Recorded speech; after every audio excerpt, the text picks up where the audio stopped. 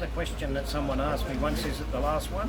It'll probably be the last one that I do, but we might get some younger blood because, you know, I'm getting on now, I'm 46 now, so... And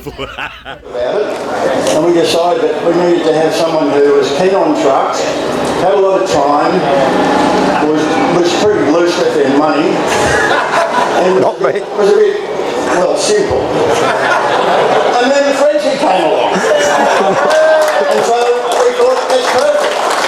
And you know, we just promised him the world, told him we'd help him, told him we'd do everything. We didn't mean it. And when he believed it, we thought, damn, he's our man. This guy's overqualified. So we got the job. But he did such a fantastic job the first year. We all decided that we better give him a present or a prize or something, you know. And there was a bit of a discussion. We had a few more drinks and we decided that, well, we unanimously decided that cash was out of the question. Because we didn't want to embarrass him, and besides we didn't have him. And then we decided, well, we better give him a gold watch. That was one of the suggestions, but we didn't have a gold watch, so that didn't work. So after that, we had this long discussion about what could we possibly give him.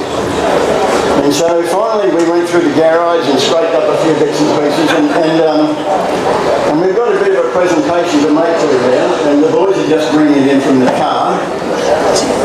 200. Oh, that's all right. I used to have the rest of that. What is it? You'll have to come round to have a look. Come round this side. Who's responsible for that? Well, that's great.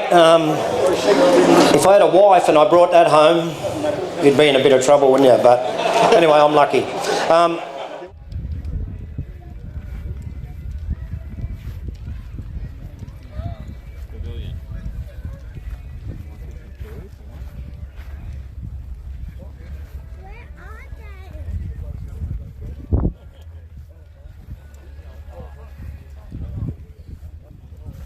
Robert French.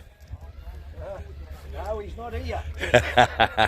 Your video, aren't you? Now listen, I hear a rumour. And the rumour's wrong. Young I've heard Mr. it French. a few times too. Well, hang on. The rumour is relating to what we're looking at there, and you're saying that that's not true. You didn't know it is true. It is true. So yeah, 2024. We just haven't got a date yet. Evidence in place now. Yeah, we're working on it today. So, yeah. Okay. So, did you come willingly, or did they drag you kicking and screaming and saying you cannot let this thing die? Drag me kicking and screaming. I bet they didn't have to do it too hard, mate. Well, look, that's wonderful news. No, we're getting a lot of help from a lot of people, and the American Truck Historical Society is sort of making it their sort of official run, and they're going to give me a lot of help, and so delegated that. But we've delegated a lot of the work. Well, that's good. I mean, you can only take on so much yourself, and we all know what you put into it over the years, mate.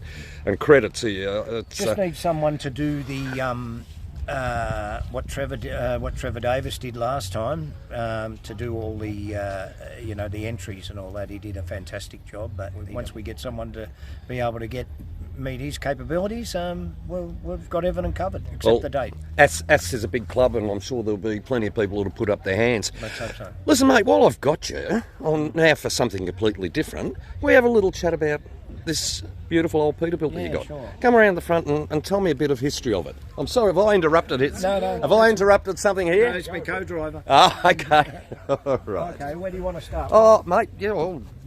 I know it's a Peterbilt. That's about all I know, and I know it's red. So why don't you start with that and tell me the history of it, the age, and yeah, it's a 1964 351M, which is mixed. It's steel chassis and aluminium cross members.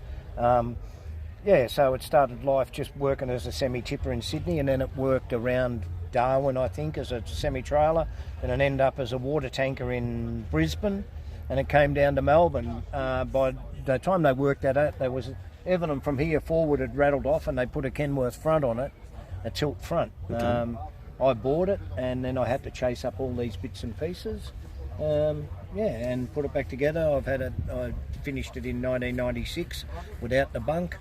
It was fully registered, and I used to drive it and do what I could do. I did a few trips to Sydney with it without the bunk, and so I've had it, and I've been on a lot of club runs. I've been to Alice Springs, Brisbane that many times, and done a lot of miles. So it's been pretty reliable for you. Yeah, it's been my pride and joy. Yeah. Yeah. So you added the bunk on afterwards? Probably about year 2000. Yeah. Okay.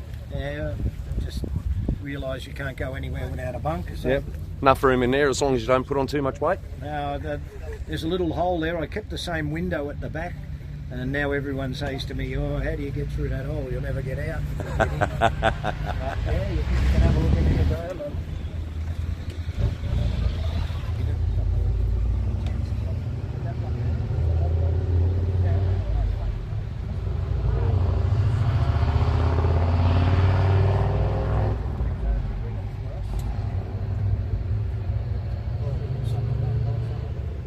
So it'd be fair to say that this is definitely your baby, my friend. It is my baby. Like I said, I've had it for 25 years, and it has served me well. I've been everywhere in it.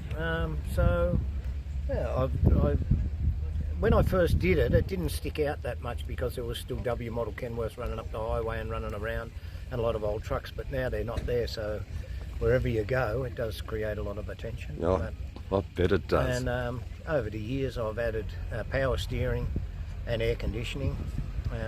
You're getting old, mate. And a heater, yeah. So now it's a pleasure to drive. It's a pleasure to drive. Mate, it's a wonderful piece of history, and I've known you for a few years. Obviously, I've seen this truck for the time since I've known you, and I've never seen it look anything less than pristine. Yeah. So, mate, I'll take the hat off to you, and not only for the truck you're driving, but what you've done for the transport industry here in Victoria with Crawlin The Hume, mate. It's a wonderful thing, and we are all very grateful that you decided to come back for at least one more go, and then we'll talk to you about 25 after that, eh? 26, yeah. 26.